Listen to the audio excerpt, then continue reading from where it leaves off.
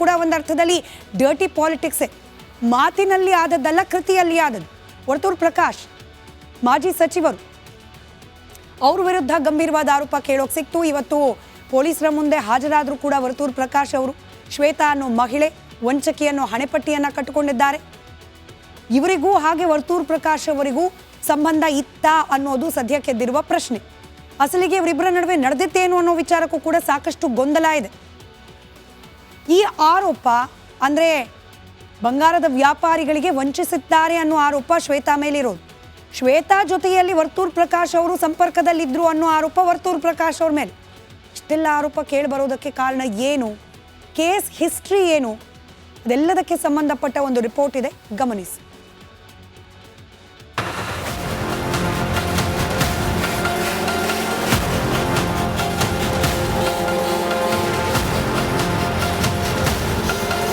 Jewellery ಅಂಗಡಿ ಮಾಲೀಕನಿಗೆ ಶ್ವೇತಗೌಡ ವಂಚನೆ case ತನಿಖೆ ಚುರುಕುಗೊಂಡಿದೆ.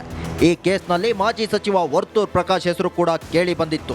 2 ಬಾರಿ ಹೇಳಿದ್ರು ಠಾಣೆಗೆ ಬಾರದ ವರ್ತೂರ್ ಪ್ರಕಾಶ್ ಕೊನೆಗೂ ಇವತ್ತು ವಿಚಾರಣೆಗೆ ಹಾಜರಾದರು.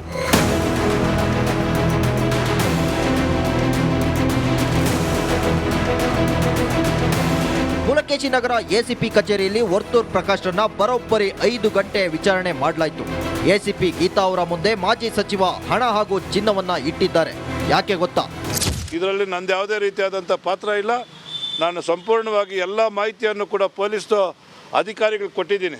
ಏನು ನನ್ನ ಮೇಲೆ ಸುಳ್ಳು ಆರೋಪಗಳ ಬಂದಿತ್ತು ಪತ್ರಿಕೆಗಳಲ್ಲಿ, ಟಿ ವಿನಲ್ಲಿ 100ಕ್ಕೆ 100 ನಿರಾಧಾರ. ನಮಗೂ ಆಕೆಗೆ ಯಾವುದೇ ರೀತಿಯಾದಂಥ ಸಂಬಂಧ ಇಲ್ಲ. ಎಲ್ಲ ವಿಚಾರಗಳನ್ನು ಪೊಲೀಸ್ ಇಲಾಖೆ ಅಧಿಕಾರಿಗಳ ಮುಂದೆ ನಾನು ಸ್ಪಷ್ಟಪಡಿಸಿದ್ದೀನಿ. ನನಗೆ ಸ್ನೇಹಿತರು ಅಲ್ಲ, ಫ್ರೆಂಡು ಅಲ್ಲ.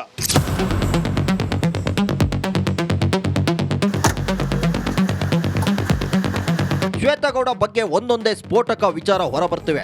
ಆಕೆಯ ಮೊಬೈಲ್ ಪರಿಶೀಲನೆ ಮಾಡ್ತಿದ್ದ ಪೊಲೀಸರಿಗೆ ಕಾಂಟ್ಯಾಕ್ಟ್ ಡೀಟೇಲ್ಸ್ ನೋಡಿಯೇ ಶಾಕ್ ಆಗಿತ್ತು. ಗುಲಾಬ್ ಜಾಮೂನ್, ಮೈಸೂರು ಪಾಕ್ ಅನ್ನೋ ಹೆಸರಲ್ಲಿ ರಾಜಕಾರಣಿಗಳ ನಂಬರ್ಗಳನ್ನ ಸೇವ್ ಮಾಡಿದ್ದು ಗೊತ್ತಾಗಿದೆ. ಅಲ್ಲದೆ ಕೋಲಾರ ಭಾಗದ ಹಲವು ರಾಜಕಾರಣಿಗಳು, ಮುಖಂಡರು ಕಾಂಟ್ಯಾಕ್ಟ್ನಲ್ಲಿರುವುದು ಕೂಡ ಬೆಳಕಿಗೆ ಬಂದಿದೆ.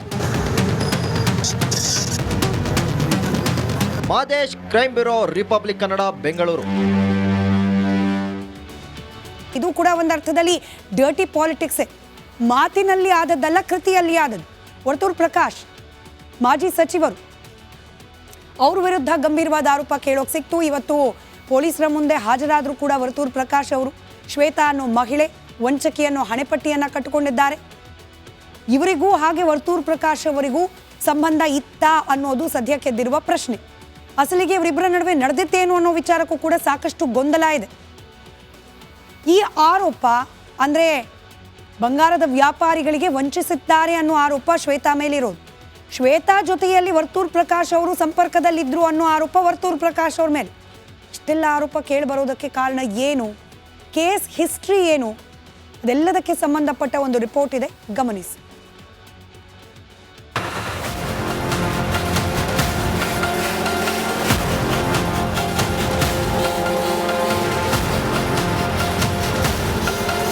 ಜ್ಯುವೆಲರಿ ಅಂಗಡಿ ಮಾಲೀಕನಿಗೆ ಶ್ವೇತಗೌಡ ವಂಚನೆ ಕೇಸ್ ತನಿಖೆ ಚುರುಕುಗೊಂಡಿದೆ.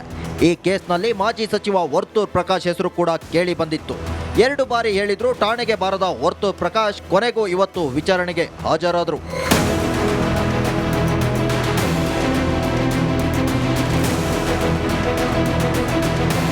ಪುಲಕೇಶಿ ನಗರ ಎಸಿಪಿ ಕಚೇರಿಯಲ್ಲಿ ವರ್ತೂರ್ ಪ್ರಕಾಶ್ರನ್ನ ಬರೋಬ್ಬರಿ 5 ಗಂಟೆ ವಿಚಾರಣೆ ಮಾಡಲಾಯಿತು.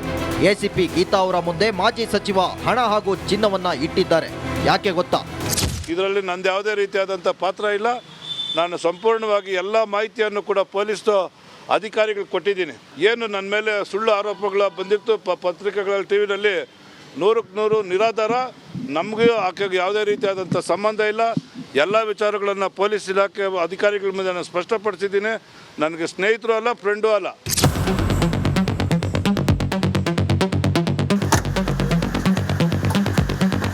ಶ್ವೇತಗೌಡ ಬಗ್ಗೆ ಒಂದೊಂದೇ ಸ್ಫೋಟಕ ವಿಚಾರ ಹೊರಬರ್ತಿವೆ. ಆಕೆಯ ಮೊಬೈಲ್ ಪರಿಶೀಲನೆ ಮಾಡ್ತಿದ್ದ ಪೊಲೀಸರಿಗೆ ಕಾಂಟ್ಯಾಕ್ಟ್ ಡೀಟೇಲ್ಸ್ ನೋಡಿಯೇ ಶಾಕ್ ಆಗಿತ್ತು. ಗುಲಾಬ್ ಜಾಮೂನ್, ಮೈಸೂರು ಪಾಕ್ ಅನ್ನೋ ಹೆಸರಲ್ಲಿ ರಾಜಕಾರಣಿಗಳ ನಂಬರ್ಗಳನ್ನ ಸೇವ್ ಮಾಡಿದ್ದು ಗೊತ್ತಾಗಿದೆ. ಅಲ್ಲದೆ ಕೋಲಾರ ಭಾಗದ ಹಲವು ರಾಜಕಾರಣಿಗಳು, ಮುಖಂಡರು ಕಾಂಟ್ಯಾಕ್ಟ್ನಲ್ಲಿರುವುದು ಕೂಡ ಬೆಳಕಿಗೆ ಬಂದಿದೆ. Madesh, crime bureau, republic Kannada, Bengaluru. ಇದು ಕೂಡ ಒಂದು ಅರ್ಥದಲ್ಲಿ ಡರ್ಟಿ ಪಾಲಿಟಿಕ್ಸೇ. ಮಾತಿನಲ್ಲಿ ಆದದ್ದಲ್ಲ, ಕೃತಿಯಲ್ಲಿ ಆದದ್ದು.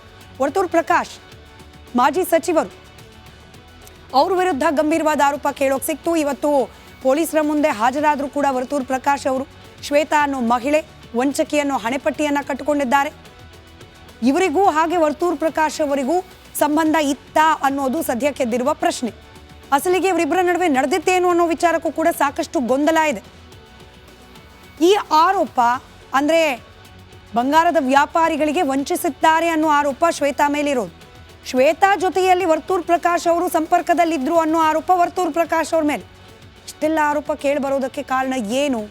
ಕೇಸ್ ಹಿಸ್ಟ್ರಿ ಏನು? ಅದೆಲ್ಲದಕ್ಕೆ ಸಂಬಂಧಪಟ್ಟ ಒಂದು ರಿಪೋರ್ಟ್ ಇದೆ, ಗಮನಿಸಿ.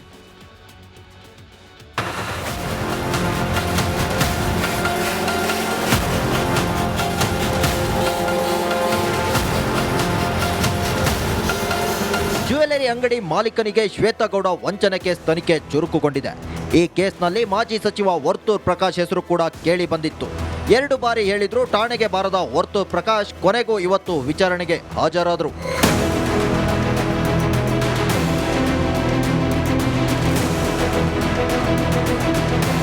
ಪುಲಕೇಶಿ ನಗರ ಎಸಿಪಿ ಕಚೇರಿಯಲ್ಲಿ ವರ್ತೂರ್ ಪ್ರಕಾಶ್ರನ್ನ ಬರೋಬ್ಬರಿ 5 ಗಂಟೆ ವಿಚಾರಣೆ ಮಾಡಲಾಯಿತು. ಎಸಿಪಿ ಗೀತಾ ಅವರ ಮುಂದೆ ಮಾಜಿ ಸಚಿವ ಹಣ ಹಾಗೂ ಚಿನ್ನವನ್ನ ಇಟ್ಟಿದ್ದಾರೆ. ಯಾಕೆ ಗೊತ್ತಾ? ಇದರಲ್ಲಿ ನಂದು ಯಾವುದೇ ರೀತಿಯಾದಂಥ ಪಾತ್ರ ಇಲ್ಲ. ನಾನು ಸಂಪೂರ್ಣವಾಗಿ ಎಲ್ಲ ಮಾಹಿತಿಯನ್ನು ಕೂಡ ಪೊಲೀಸ್ದು ಅಧಿಕಾರಿಗಳಿಗೆ ಕೊಟ್ಟಿದ್ದೀನಿ.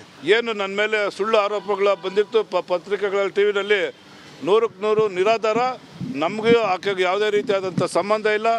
ಎಲ್ಲ ವಿಚಾರಗಳನ್ನು ಪೊಲೀಸ್ ಇಲಾಖೆ ಅಧಿಕಾರಿಗಳ ಮುಂದೆ ನಾನು ಸ್ಪಷ್ಟಪಡಿಸಿದ್ದೀನಿ. ನನಗೆ ಸ್ನೇಹಿತರು ಅಲ್ಲ, ಫ್ರೆಂಡು ಅಲ್ಲ.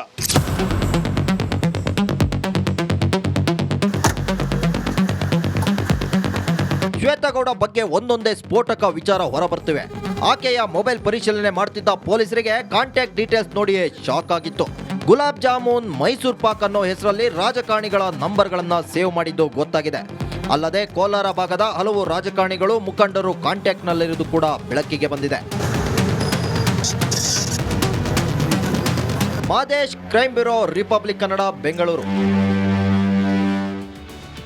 ಇದು ಕೂಡ ಒಂದು ಅರ್ಥದಲ್ಲಿ ಡರ್ಟಿ ಪಾಲಿಟಿಕ್ಸೇ. ಮಾತಿನಲ್ಲಿ ಆದದ್ದಲ್ಲ, ಕೃತಿಯಲ್ಲಿ ಆದದ್ದು. ವರ್ತೂರ್ ಪ್ರಕಾಶ್ ಮಾಜಿ ಸಚಿವರು, ಅವ್ರ ವಿರುದ್ಧ ಗಂಭೀರವಾದ ಆರೋಪ ಕೇಳೋಕೆ ಸಿಕ್ತು. ಇವತ್ತು ಪೊಲೀಸರ ಮುಂದೆ ಹಾಜರಾದರೂ ಕೂಡ ವರ್ತೂರ್ ಪ್ರಕಾಶ್ ಅವರು ಶ್ವೇತಾ ಅನ್ನೋ ಮಹಿಳೆ ವಂಚಕಿ ಅನ್ನೋ ಹಣೆಪಟ್ಟಿಯನ್ನು ಕಟ್ಟಿಕೊಂಡಿದ್ದಾರೆ. ಇವರಿಗೂ ಹಾಗೆ ವರ್ತೂರ್ ಪ್ರಕಾಶ್ ಅವರಿಗೂ ಸಂಬಂಧ ಇತ್ತಾ ಅನ್ನೋದು ಸದ್ಯಕ್ಕೆದ್ದಿರುವ ಪ್ರಶ್ನೆ. ಅಸಲಿಗೆ ಇವರಿಬ್ಬರ ನಡುವೆ ನಡೆದಿತ್ತೇನು ಅನ್ನೋ ವಿಚಾರಕ್ಕೂ ಕೂಡ ಸಾಕಷ್ಟು ಗೊಂದಲ ಇದೆ. ಈ ಆರೋಪ ಅಂದರೆ ಬಂಗಾರದ ವ್ಯಾಪಾರಿ